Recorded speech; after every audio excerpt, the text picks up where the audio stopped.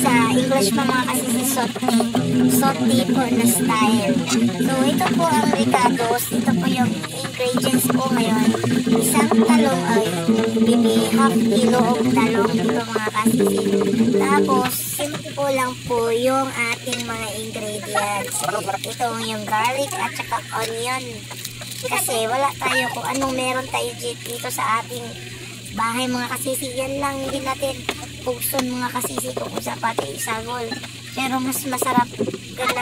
Nag-crave kasi ako ng talong. Tapos ito yung naisipan ko lutuin. Tapos yung isa sa hog ko mga kasisi, yung itlog. At wala pala ako naghihiwa ng mga lamas at saka talong mga kasisi. May niluluto akong piniritong isda for the tomorrow na kasudaan mga kasisi, for the next day. At ito na nga mga kasisi, magluluto na tayo ng talong. Ito ang pasisa sa akin. Ito how I cook the talong mga kasisi. Yan. Unahin ko muna yung pagisa ng talong sote. Pag-sote ng talong mga kasisi. Yan. Yan po ang proseso. Dinagyan ko ng pepper ang ating mga talong. So, dapat ganyan din mga kasisi yung ating pagluluto ng talong. Okay. Mas masarap kung ganyang klase, ganyang style nyo po. Pero depende po sa inyo kung anong style or mahaba bang style yung ating yung talong. Yung talong. Mas masarap ito mga kasisi. Yan, nilagyan ko ng patis, but depende lang po sa inyo. At saka nilagyan ko ng oyster sauce yung ating talong. At depende din sa inyong panglasa yung style nyo sa inyong pagluluto mga kasisi. Meron din masyadong maalat. Kasi meron kasi mga taong mahilig sa mga maaalat. At ito medium lang mga kasisi. Para masarap, para bibo ang kainan sa ating hapunan mga kasisi. Okay, wait up for 1,000 hours. Nilagyan ko ng itlog. 2 itlog yan. Nilagyan ko na. Okay, welcome back sa ating pagbo-voice over mga kasisi. So, ganyan na nga mga kasisi. Tapos, munting talong natin mga kasisi. Yan, ukay-ukay style.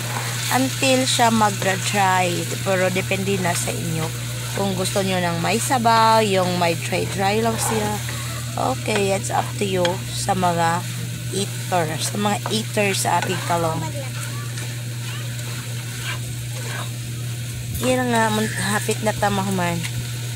So, let's kuhaan pa na. Isote pa dyan na siya kung gusto nyo mag-dry doon. Nag-add ako ng pepper plus paganda kasi. Pero depende nyo yan. Pwede nyo lagyan ng kamatis.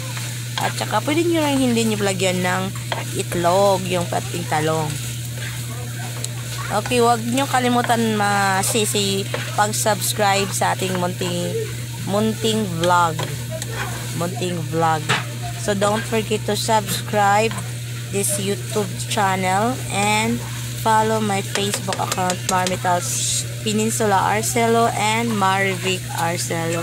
So ito na ang ating cooking session mga kasisi. So don't forget to subscribe and God bless you and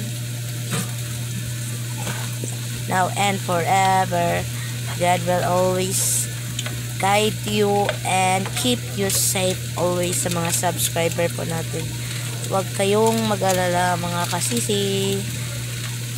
Mag-upload pa ako ng ibang mga videos natin mga kasisi. At pwede kayong mag-comment sa ating comment section. Okay, comment section for more vlog, for more YouTube, for more vlog natin, for mini vlog. Hello and thank you and God bless sa inyong tanan.